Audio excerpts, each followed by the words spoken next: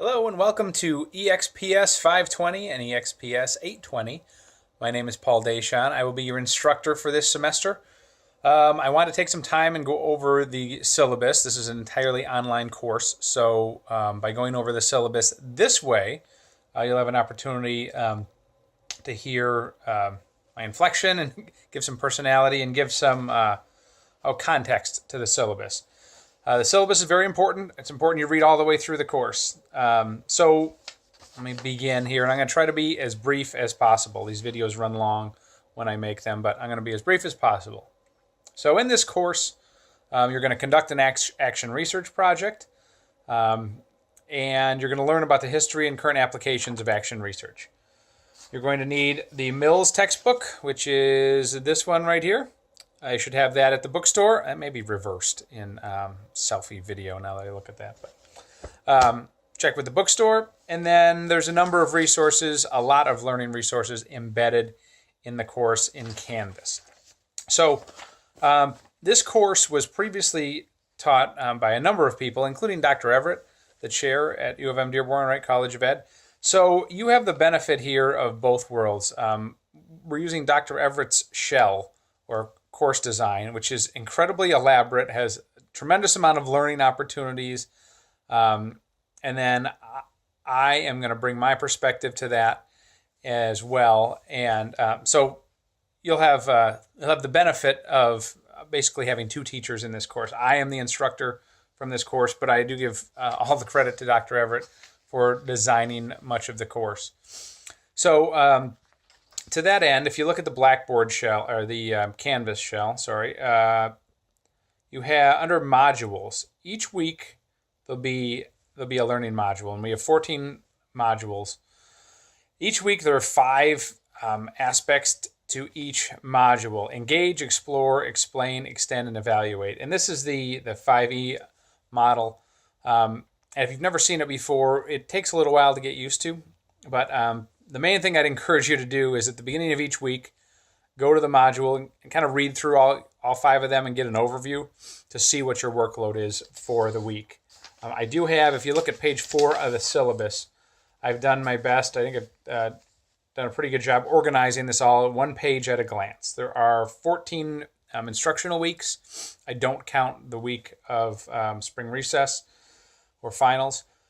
So there are 14 weeks in here. There are 14 modules. There are discussions and all that correspond. Again, this course is really elaborately designed, so you have the benefit of that. So there are. I'd also encourage you to go to the syllabus on Canvas, and which I'm doing as we go here. And that has all, as I'm sure you're familiar, that has all of the assignments due dates listed by week. So this course is designed to be a lot of work. So I want to be upfront with you about that. It takes a significant time commitment. On page 2 of the syllabus now. So I talked about the 5E structure of the modules. Our class weeks run Monday through Sunday. So most assignments are due Sunday at 11:59 p.m. Right? Sunday by midnight. And that's what the syllabus in Canvas corresponds to. That third paragraph on page 2. So this course will require significant time commitment and effort. So there's a lot of work built into this. And this is a high-level course, whether you're taking the 520 or the 820. So you're probably used to that. You're also probably a working professional, so I want to honor your time. Again, the way this is designed, you'll have the weekend to finish up most of your work. It's important that you start it, though. I would recommend on Monday, when a week starts, you get into the new module and to get your head around what the assignments are. Because in each module, there's typically a chapter. I don't know that there's 2 chapters, but there's also videos, there's multiple articles. So you'll want to have a sense of how much reading you have for a given week, how many assignments and reflection questions you have for a given week as well. On page 2, there's the breakdown of how we get to 675 points. There are 13 weekly discussions. There are 12 10-point kind of mini assignments that vary, and then a 25-point article critique. And then the bulk of the points comes from the research project. If you haven't done anything like this before, let me encourage you that we're going to get through this just fine. There are a lot of baby steps throughout the 14 weeks that'll really help you understand the process and get you through the process. My learning philosophy or teaching philosophy is such that, and I'll align with the university, but I'm here to be, I'm your learning coach, a little bit of a learning cheerleader, have some positive nagging going on here to make sure that remind you of your deadlines. And then really designing this course with Dr. Everett, but I guess adapting her design. We've really done a lot of the instruction here by designing the Canvas course. So by you going through it, going through all the learning experiences, that's where a lot of the learning occurs. So I am not a gotcha sort of guy. I'm not trying to take off points. I'm not trying to catch you being late or teach you a lesson. Or, we're all adults here. So trying to work you through this process and hope that you have a positive experience.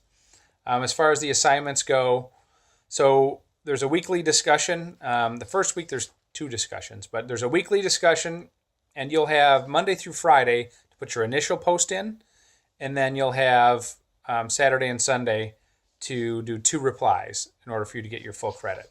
Again, if everyone wants to post right away, great. Just if you don't post by Friday, you're going to lose full credit because it really hampers the discussion process because then no one can reply to you. So there are those, and there's more information in the discussion section. There's also these mini assignments like I mentioned. And then there's a project outline, lit review. There's the first part of the project report.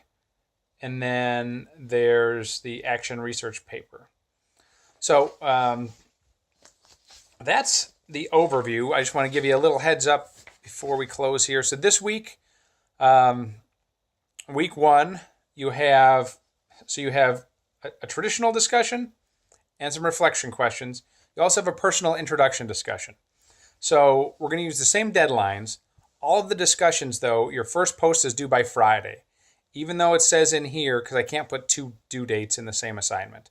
So even though it says in here the discussion is due Sunday, January 13th, you'll need to have your first post by Friday to get full credit. So I want to make that clear. And I put all the Friday dates on page 4 of the syllabus.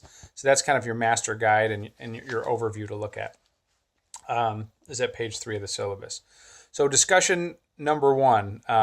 So one of them is a personal introduction, and it's actually worth 20 points. And it's very elaborate. You'll see that I've posed 5 questions on there about building our classroom community to tell us about yourself, your work interests, your hobbies, where you grew up, getting to know you information. I'm going to post my answers in there as well. I want you to update if you haven't already.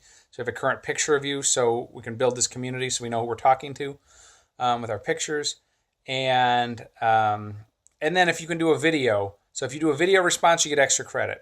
And it may seem like nothing the day or before the semester starts. By the time you get to the end, you may have wanted that extra credit.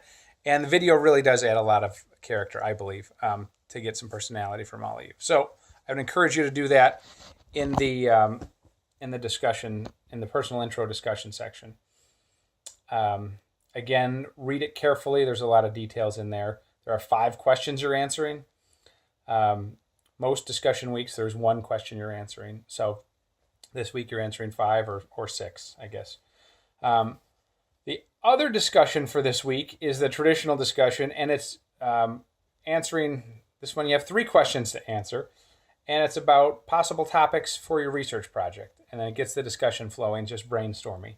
We want this course to be a safe space for you to brainstorm. There's going to be a lot of discussion. There's discussion norms on there. I don't anticipate any trouble, but we just want to be really encouraging, and we're going to really build each other and build you as we work through week by week by week until you get your action research project ultimately completed. If you have any questions, please email me. I'm always available via email, and we can set up a private conversation if we need to. There's also a course discussion for miscellaneous. So if you have questions about is this really due then, or is I'm not sure I understand the directions, please put that in that common discussion so everyone can benefit, because multiple people probably, if I've been unclear about something to you, then it's probably unclear to everyone. So I can answer you all at the same time. You can respond to each other at the same time. Again, kind of building that classroom community. I hope this video has been helpful. I hope you get a jump start on the semester, and hope to hear from you soon. Thanks.